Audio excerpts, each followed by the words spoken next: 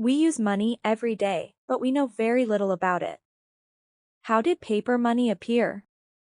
Why are the edges of the coin silver and not smooth? Did you know that at one time there were as many as 8,370 types of currencies in the US? Do you know why we no longer use gold and silver? If you study the history of economic crises from antiquity to our times, you can learn to predict the future. In school history lessons, we spend hundreds of hours memorizing useless facts that will never be useful to us in life. And here we know practically nothing about the history of money. But we remember that such a king was born 20 years ago and how many wives he had. That is why we have prepared for you another analysis of the book on finance. It's called Money: The True Story of Jacob Goldstein's Fictional Currency. It details the development of the monetary system through the ages. Go. Money has become an integral part of our lives, and sometimes it seems that they have always existed. But it's not money as we know it today, it's a fiction. A myth invented by man. Many believe that their invention was a planned and controlled event. But this is out of the question, since the first appearance of money randomly occurred at different times in different places. Delving into the past, we see that the original goal was to be able to pay for goods in an approved currency. However, it is impossible to find the roots of the origin of money, since barter between civilizations was carried out long before the invention of writing. Or these manuscripts simply did not survive to this day. Barter is considered the first form of exchange between ancient peoples. It is worth noting the fact that early civilizations were highly self-sufficient. They prepared their own food, hunted and gathered. Therefore, as such, they did not have a need for an apartment. Most of the exchanges were made for religious or social purposes. Representatives of one village made offerings to their neighbors as a sign of goodwill, or as compensation for damages, perhaps even for murder, or a man paid tribute to marry the most beautiful bride from a neighboring tribe. And for the rituals of sacrifice, animals with certain characteristics were needed. These animals were of particular value, so they can also be considered a monetary unit. And if this barter was enough for the ancient peoples, then what happened with the appearance of the first cities? With the development of civilization came confusion. Exchanges were made everywhere. They were harder to trace and fix. It's easier to cheat or make a mistake. According to the author, the first form of writing was used not for writing fairy tales and myths, but for accounting. Therefore, the first writers were not poets, but accountants. More than 5,000 years ago, Mesopotamians recorded their debts using clay tokens. They were placed inside the clay ball. One token meant, for example, 1 sheep. If there were 6 tokens inside the ball, then it was worth 6 sheep. Then the system was improved, and instead of tokens on the surface, the balls simply began to leave marks. As the population increased and the cities grew, this record-keeping system soon became obsolete. Clay balls were replaced by tablets. The first currency of the ruler of Mesopotamia was silver. The precious metal was in short supply. It was easy to store and melt. However, city dwellers were still self-sufficient and did not recognize any money. Then the tax collectors began to charge them. They took away part of the crop property or even confiscated property. The great and advanced civilization of the Incas, for example, did not need a monetary system at all.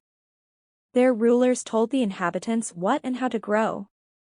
The resulting crop was divided according to the established procedure.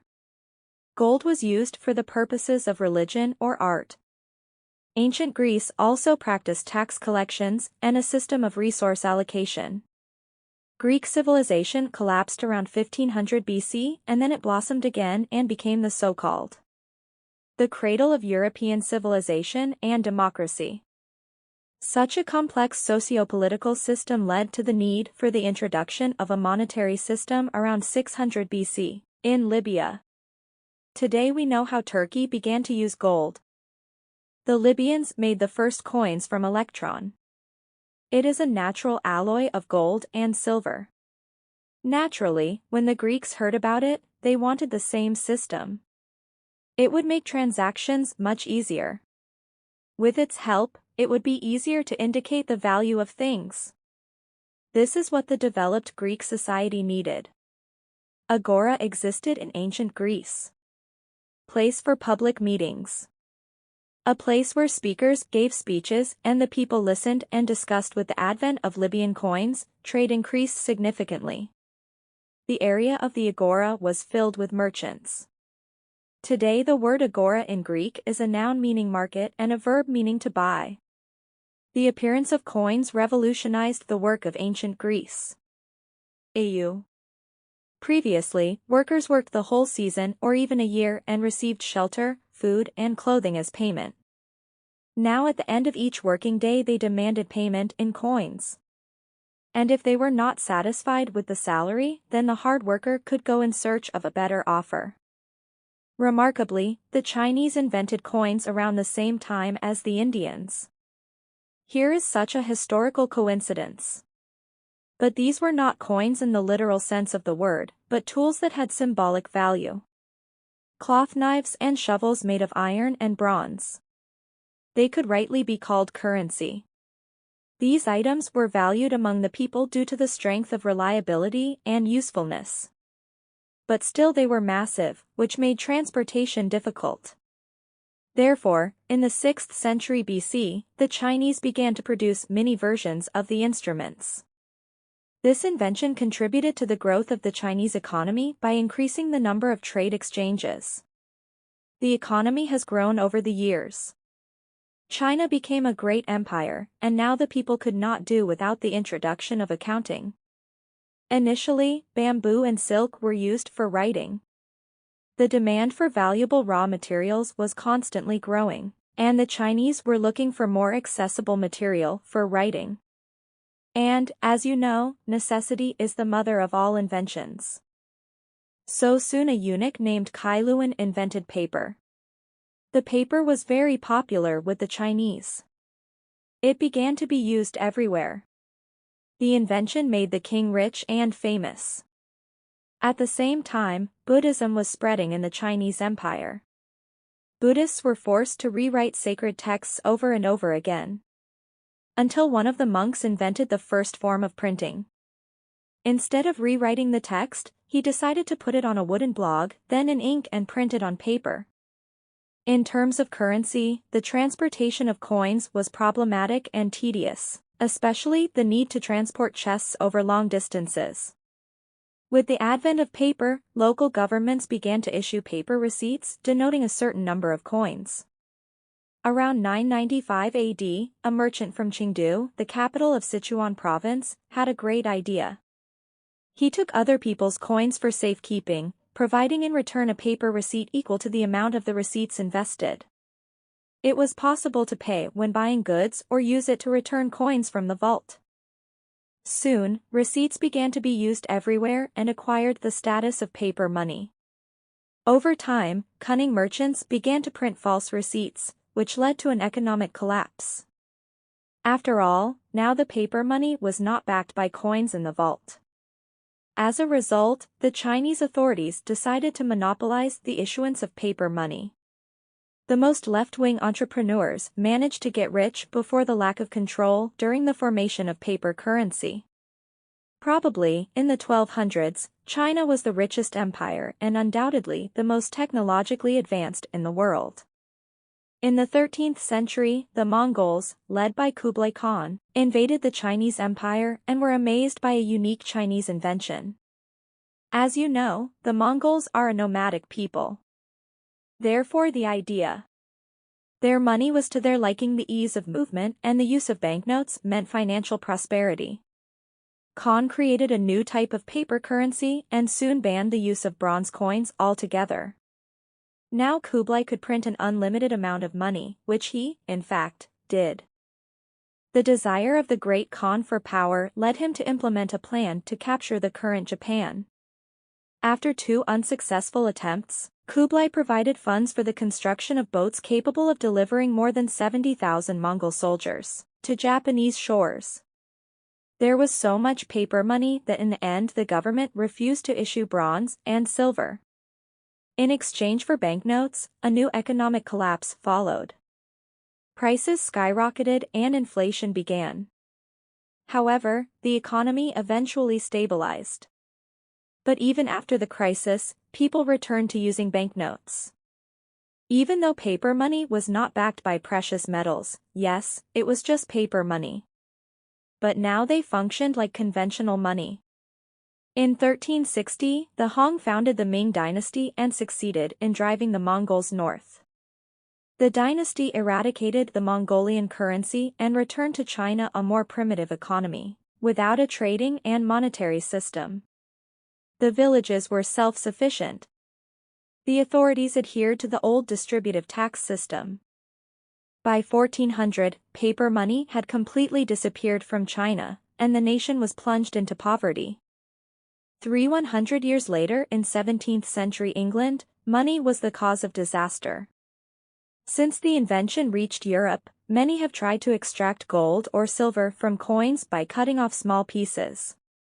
As a result, the coins lost their face value and distrust increased to the point that merchants began to weigh the coins. There was less and less money in England. The situation was exacerbated when prices in Europe differed so much that people took English coins to Paris or Amsterdam to make a profitable exchange. The government has found a solution. Coins began to issue silver edges. This made it easy to notice the cutoff. Let's go back to 17th century England, because the coin story didn't end there. English jewelers have found the best solution to the financial problem. They had their own reserves of gold, so it was easiest for them to retrain as bankers. People carried jewelry to them for safekeeping, and in exchange they received paper receipts. Further, the received check could be used to buy or sell things. Just like in ancient China. But greed ruined the jewelers' bankers. And this time, the number of issued receipts was several times higher than the actual reserves of precious metals. Banknotes not backed by gold entered circulation. Roughly speaking, for a simple piece of paper it was possible to buy or sell something. Soon receipts flooded England and became the accepted currency. Jewelers solved the issue of lack of money, but created a new problem, the problem of falsification. And if all the British rushed at once and demanded their gold back, then the jewelers would only shrug. And so it happened. The people were extremely dissatisfied, and crowds of people broke into the jewelry shops in England demanding the return of the gold. The deception was exposed. Many bankers ended up in jail. Others went bankrupt.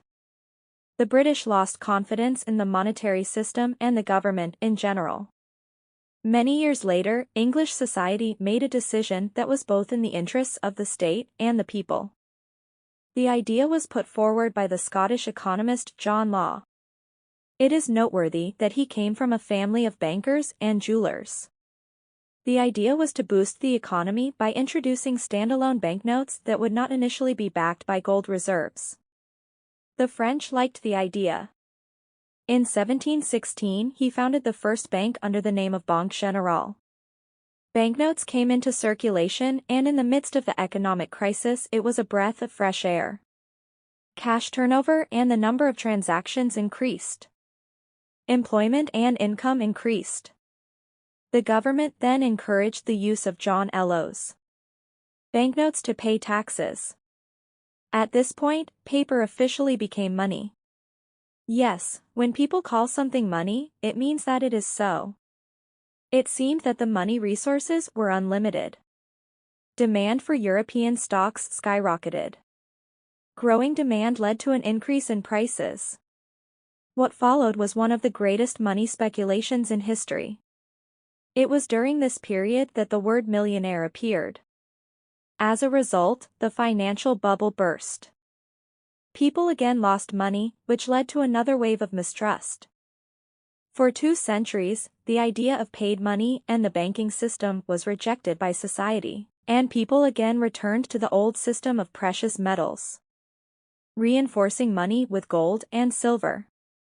Incidentally, in the 1920s there were 8,370 types of money in the United States. Each bank issued its own paper notes, backed by gold and silver, but governments did not standardize either. Yes, they could be taken to any bank and exchanged for precious metals. But it is not difficult to imagine the confusion that this entailed. Imagine if you were a merchant and a buyer comes to you with banknotes, having Santa Claus, you would sell your goods to him.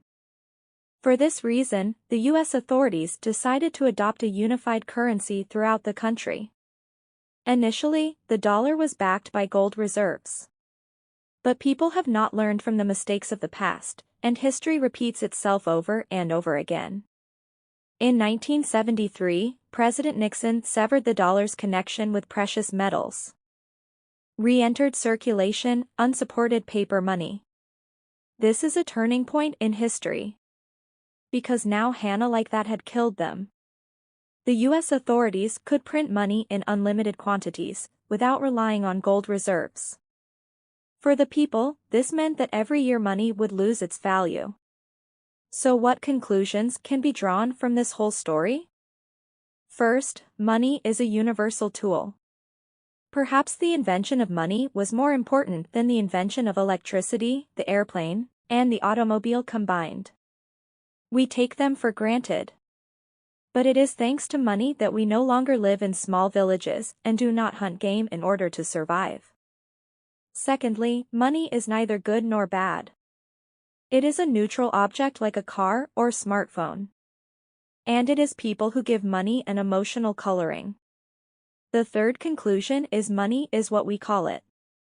If we all decide to circulate the Tom and Jerry banknote, then it will become the official currency simply because we agreed. This is how Bitcoins came about. People just decided to introduce a new kind of currency. The fourth conclusion is the introduction of fatal money, not supported by gold and silver, always results in inflation and economic chaos. This can be seen in the history of China, Mongolia, USA, and many other countries. The outcome is always the same. No such feudal currency has stood the test of time. Over time, all feudal money returned to its face value. 0. Fifth conclusion. Paper money is successfully used in society if their value is not artificially inflated. Kings, emperors, and presidents cannot resist the urge to print their own money. There was more and more money in circulation, and their value became less and less. Take a look at your savings today. What is their real value? Conclusion 6. Today all currencies of the world are feudal. None of the currencies are backed by gold reserves. This means the possibility of free printing of money and inflation. Seventh conclusion. History tends to repeat itself. History is repeating itself today. If in history lessons we were told about the financial collapse of China, Mongolia, England, and the United States, then the desire to print money for many would disappear by itself. Want to know more about money? Here is our playlist. Watch our channel and get a little better every day.